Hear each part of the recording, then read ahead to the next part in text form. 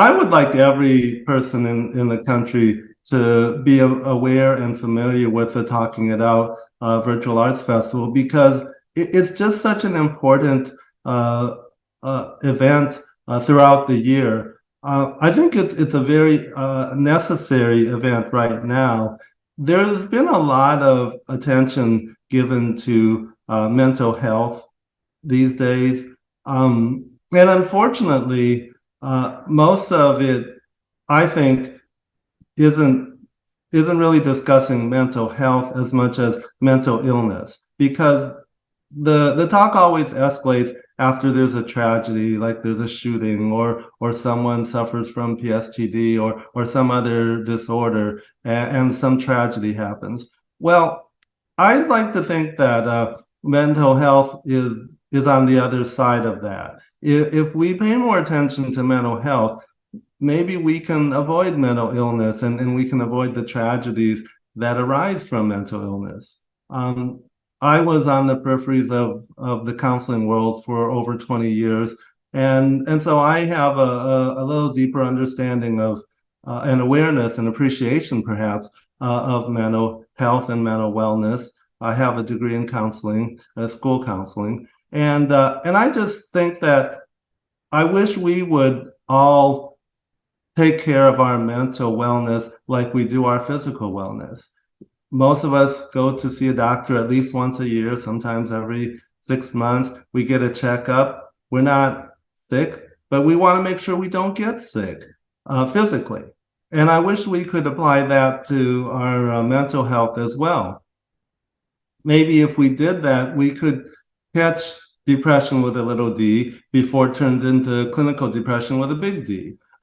If we can catch anxiety and a host of other disorders and deal with them, then I think the world would be not only a happier place, but a safer place. That people wouldn't let mental illness and disorders get to the point that it ends in tragedy. And the Talking It Out Virtual Arts Festival addresses that, but not in a direct clinical way, but in a more entertaining way. I think if we had more entertainment venues and activities that would address mental health, and not in a way that beats you over the head, that says if you have a problem, go see a therapist, but in a way that provokes some thought and encourages people to think about it, that I hope my play does. Hi, I'm Richard Wong. I wrote a play called caucAsian that it will be presented as part of the Talking It Out Virtual Arts Festival this month. I hope you all watch it and enjoy it. And if you'd like to learn more about it, stay tuned. We're going to talk about it. I first heard about the Talking It Out Festival about a year and a half, maybe 2 years ago. At that point, I had written the first draft, or maybe the first 5 drafts of my play, caucAsian. And it dealt with LGBTQ issues, which I know the Talking It Out Festival is very interested in, as well as racial issues. And I just thought, well, this is a venue that would really understand my play and would make the best of it. The play deals with the 5 stages of grief, and I had submitted it somewhere else, and I don't think they understood the 5 stages of grief. And so I thought, well, if anyone would understand that, it would be an arts festival dedicated to mental health. So I was very happy that it was chosen. I wrote caucAsian because it's an idea that had been germinating in my head for a really long time. It's ostensibly about Asian issues, but it's really as much about LGBTQIA issues and the way that people look at people who are different from themselves. And at its heart, the play is really about the last stage of grief, which is acceptance. Acceptance of ourselves, acceptance of people that we see as different from ourselves. And I hope what people take away from it is that by understanding and accepting, we realize that we're not really that different from each other. We may be from different cultures. We may be of different genders and different sexual orientations, but we're all humans, and because of that, we have a lot of similarities that very often we don't see and we don't realize. Um, what I'd like this play to ultimately do for people is to help them understand and perhaps observe things that they've never realized and observed before. The title came to me, and I know that the muse just struck me because I'm not sure I could have come up with it on my own. But I was trying to think of a title for the play that would reflect the idea that Asians and Caucasians are really not that dissimilar. We have a lot more similarities. And if we understood each other's cultures, I think we could understand each other better and accept each other. And we wouldn't have any of the conflicts that we've had. And at the time, there had been, it was during the COVID crisis, and there was a lot of Asian hate going on at the same time, and sadly, it's still going on. But I just thought, well, if people would just understand that we're really not that different, we're not the enemy, we're all in this together. And it just came to me that the word Asian is embedded in the word Caucasian. And I never realized that. I mean, I had been using those two words my whole life, and I thought, well, gosh, those two words are basically the same. I mean, they're half the letters are the same letters, and that's the type of realization I hope people will get as they watch this play. That yeah, we have a lot of similarities and a lot of things that people have said perhaps their whole lives. Really, it shows our similarities more than our differences. The plot is essentially a father and a son having a conversation, and that's in 20 minutes. That's the entire plot. Um, and the son discloses a realization to his father, and it sends his father through the 5 stages of grief. Um, I I like to think it's funny. I have an odd sense of humor. My kids and those of us who are dads know kids never think their dad's jokes are funny. I think the play is pretty funny, and I would like to. I know it's a the issues are very serious that it deals with racism, Asian hate, prejudice against the LGBTQIA community. So those are pretty heavy topics, but I wanted to deal with them in a somewhat lighthearted way to showcase that, all the prejudice, the bias, it's pretty absurd. And in a lot of ways, the play is kind of an absurd play. But I wanted to use the absurdity and the silliness to show that, hey, all of this is pretty silly. I mean, why are we in conflict with each other? It's just silly.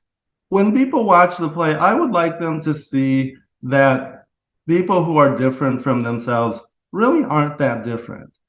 People of other cultures, people of other sexual orientations, uh, people who are of color, we're all basically the same. We're humans. And the things that people see that make us different really showcase how similar we are. And I've thrown in a lot of, I would think, pretty insensitive comments that people have said to me through my life.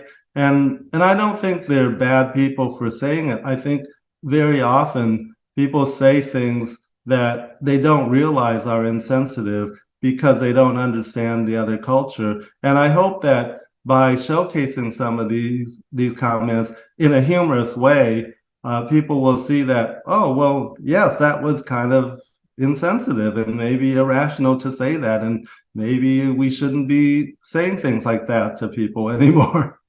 I think when people see my play, I hope they will say, hey, I never thought of it like that before. Or, wow, that's an interesting way to look at it. I've never looked at it quite in that way.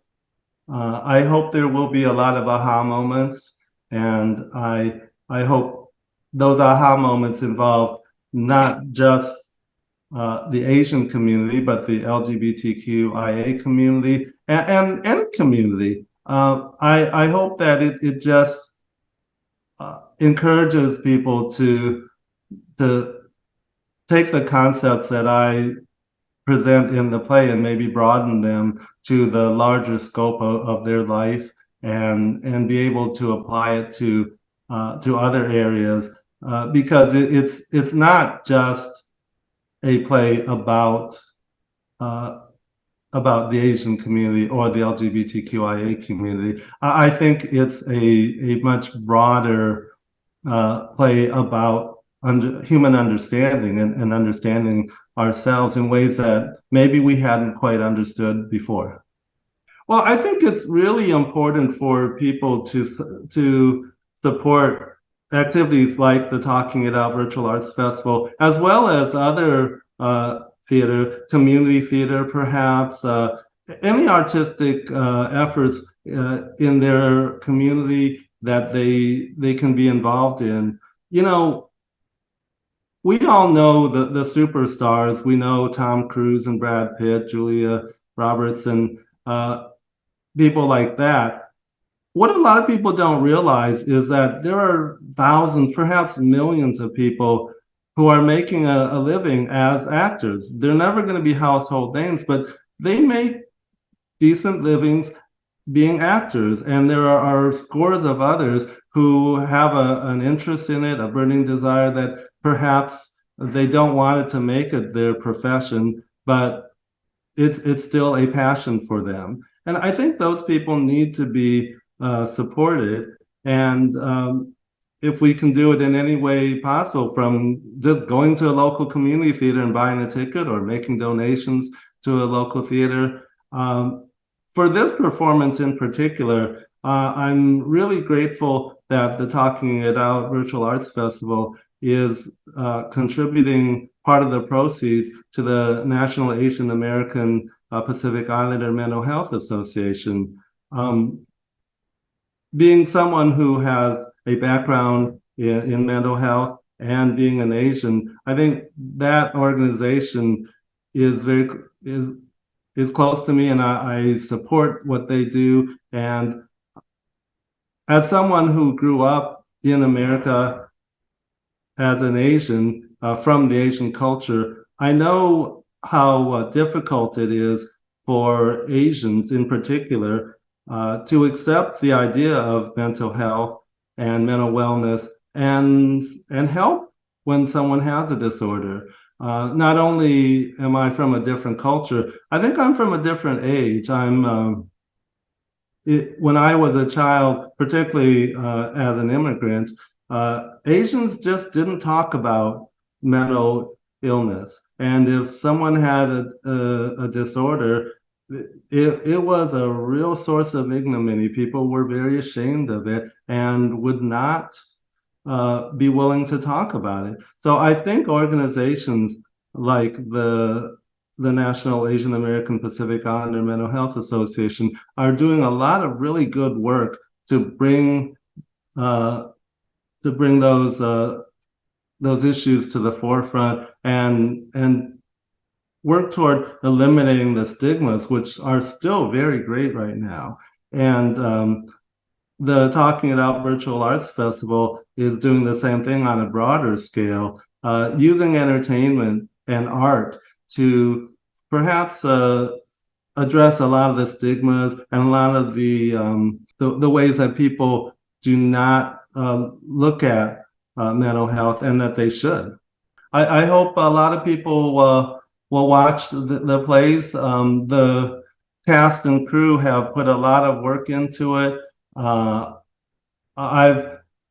only been to one rehearsal, but I know I've never been involved in theater at this level. And just from what little I've done thus far, I'm realizing there's a lot of work that goes into it. And I always thought, well, maybe I would like to be an actor. I'm not sure I could put that much work into it. So they put a lot of work into it. A lot of people have put a lot of effort into it. And so I hope people will watch it and will enjoy it and will appreciate all the work that has gone into this.